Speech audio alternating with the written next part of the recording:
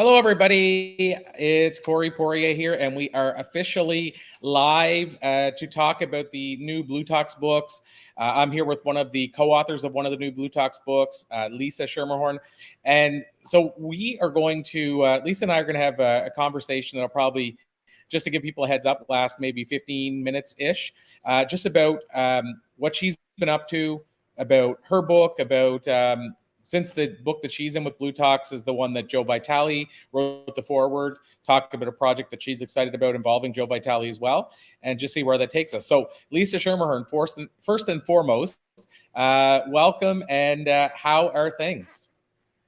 Well, thank you so much for having me. And things are awesome. And ironically, today is the 1 year anniversary of my book going Amazon bestseller, In Every Belief is a Lie, which I totally attribute a big part of it to actually being part of the Blue Talks book that I was part of, Blue Talks 6, because I was really anxious about writing.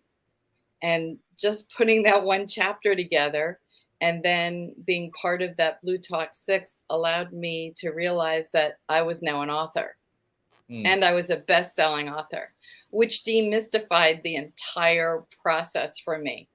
And I'm so grateful for you for that. Oh, well, thanks so much. And I will say what you just said there is really important, Lisa. It's as far as demystifying the process.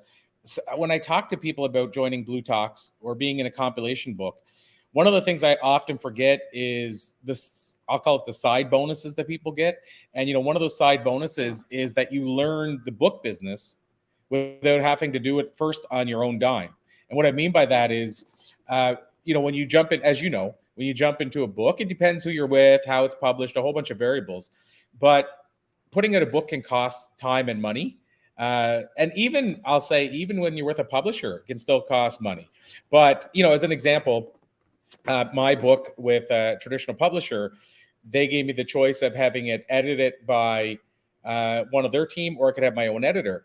But either way, the only thing I had to pay for with my publisher was the editing.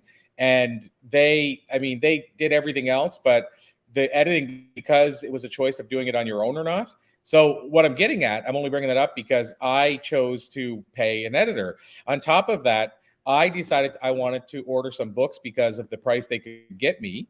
And so I ordered some books. So it's not like you can just, I can't do it, but mostly you don't walk in with zero cost, even if you're working with a publisher.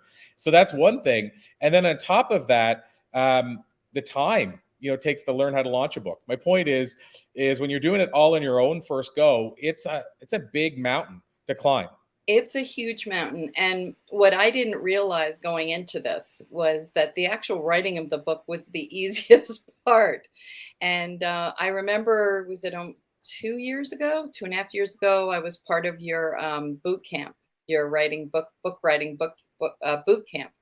And at that point, you had broken down the process and so much. And some of the things that people don't realize when you're writing a book, what's the purpose of your book? What are you doing this for? Right?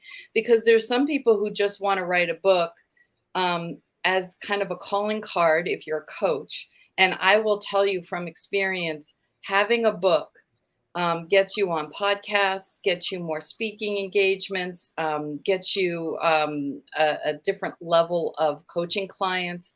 That transformed my business in a whole new way.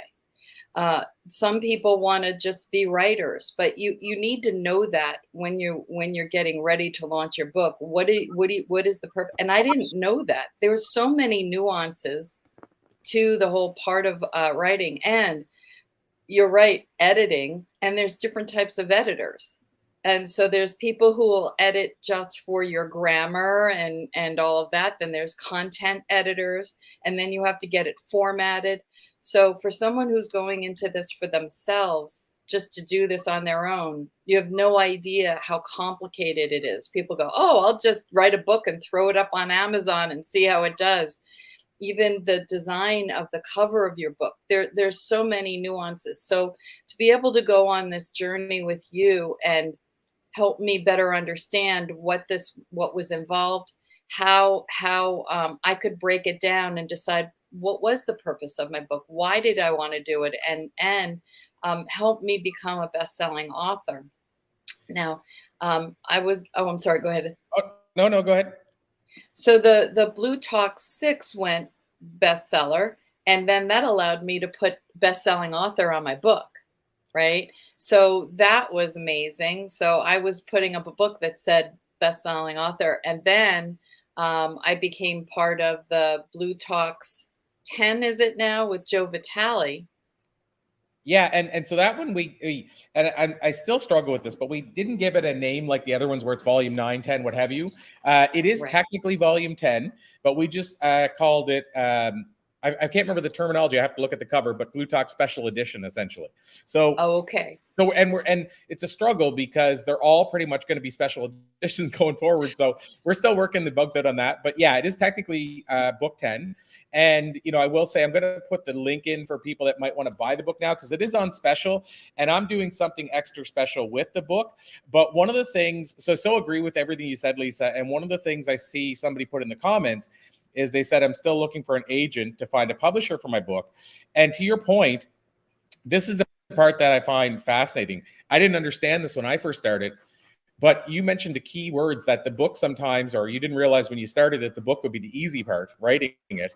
And the truth is, there's so much truth to that because the person, I can't see the name, it says Facebook user just because of the way StreamYard works, but it says still looking for an agent to find a publisher. That's actually the order too. It's mostly you have to find a good agent to find a good publisher. But what people don't realize, it's actually harder to find an agent than the publisher. So it's a weird dichotomy because you have to, the reason it's easier to find the publisher is because there's a lot of big publishers that'll only deal with an agent. So the reason it's easier once you have the agent is because a good agent will go to each publisher and say, I got a great author, you got to check it out. So it becomes easier because the publisher trusts the agent. So that relationship they have it makes it Right. easier. But the point is, you can't get the publisher, usually a big publisher, without the agent, and it's harder to get the agent than the publisher. So it is a weird situation where you could be waiting conservatively. It could take you 2 years to get an agent, and then you get an agent. It could take you another half a year to a year to get a publisher. And then on top of that, what a lot of people don't know is usually when you get the publisher, you're looking at 2 to 3 years before it's released.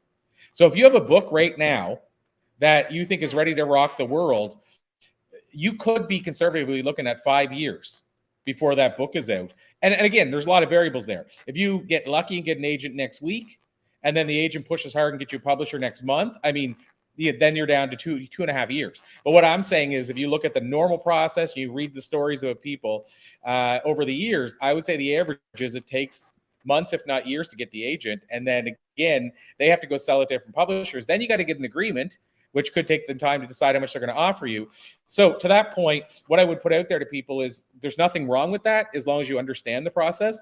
What I would say is really ask yourself what the goal is, and do you need a traditional publisher for that goal? Because the other variable I'm going to give you, which people don't like to hear either, is we're in a world right now where AI is the new competition. And so you have to ask yourself as well. Now, this is not a negative or positive. I don't know what it's going to look like, but you got to ask yourself, what's the book business going to look like in 5 years? Meaning, if it takes you 5 years to get your book out, has that been too long? Has the book business changed so much that your book loses its impact? So this is something that's front of mind to me. I'm working on a new book right now called The Enlightened Passenger, and I'm going self-published, even though it's a book that's designed for the masses, like an Alchemist or a Celestine Prophecy. And the reason I'm doing that, Lisa, is because if I can prove the book can sell, then I can sell it to a publisher who will then want it out immediately because of the fact that it's already selling. So I'm trying to shorten the publishing side by actually putting the book out as a self-published book. Just to go back to what you said, that a lot of people don't realize, figure out what the goal is, because if you don't need a publisher, you might be adding 5 years onto your release time. Well, not only that, is there's so many different types of publishers. And when I was looking into the idea of whether or not to self-publish or go through a publisher, I kept hearing, well, the publisher now owns your book. It's their property. And if they decide that they don't want to put any energy into it, your book can just sit there in perpetuity. So, you know, I wanted to own the rights to my book just because this was my first book, and I wanted to explore, what this process would be for me. There's also different types of publishing. There's kind of different options of combination things, and there's a lot of creative people in the publishing industry that do things outside the box, which I really enjoy. And one of the things that I also love about your Blue Talks community is the networking, because I met an amazing woman, Randy Pizer, who's in the publishing industry, who then connected me to someone who does some really cool things that are outside the box that can help you, even though if you self-publish, you can still get your book out in ways that are not conventional, which was really a cool option for me. But you do have to be prepared to invest, whether or not you're self-publishing or going through an editor. It's going to cost you money, and that was the other surprise for me. 100%. And and to your the other thing that a lot of people don't factor in, and then we'll circle back to the main book that we're talking about today, but I will add this. Another thing that a lot of people don't factor in is that when it comes to, let's say, a publisher, is one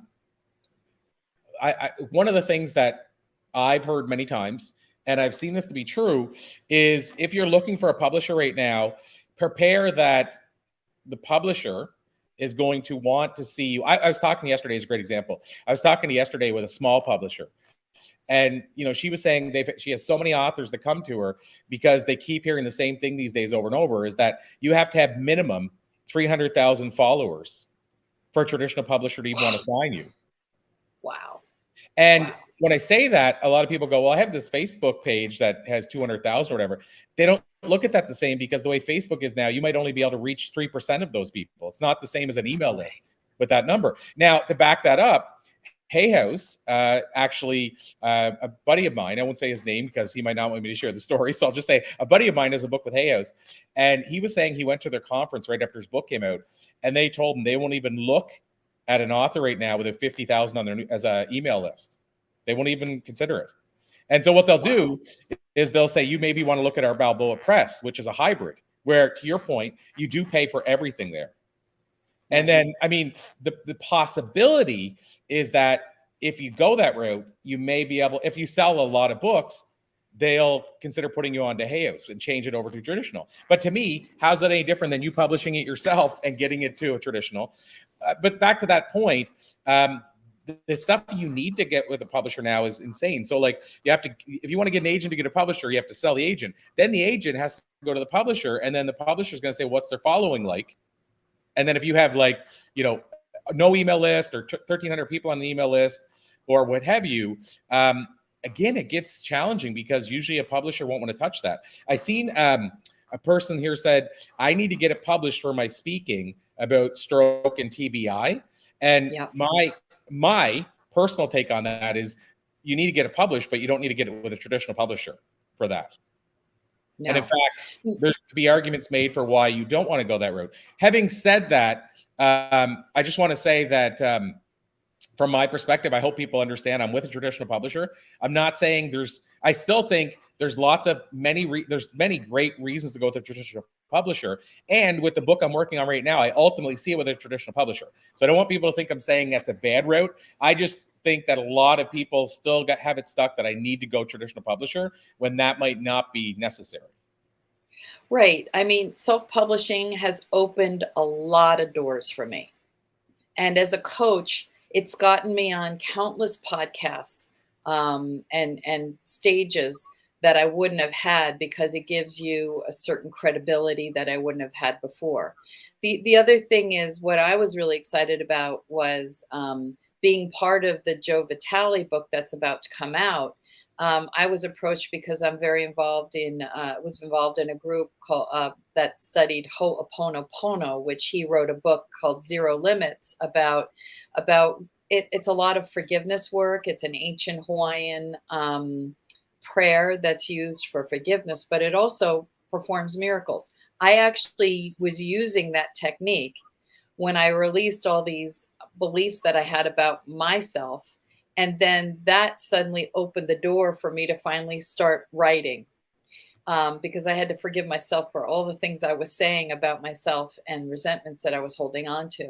With that, then my book was suddenly pouring out of me. 5 months later, I was publishing it, went bestseller, and then offered an opportunity to be on a documentary that he's in the process of, called Zero Limits. So, there's reasons to do compilation books, so many reasons. And to say you're a best-selling author, especially as a coach, is a big deal. And to be part of the caliber of people, that's the other thing, Corey. Like energy attracts like energy. And I have loved everyone who I've met through this community, because you attract some really amazing people. And I'm really excited for people to get to see this next book.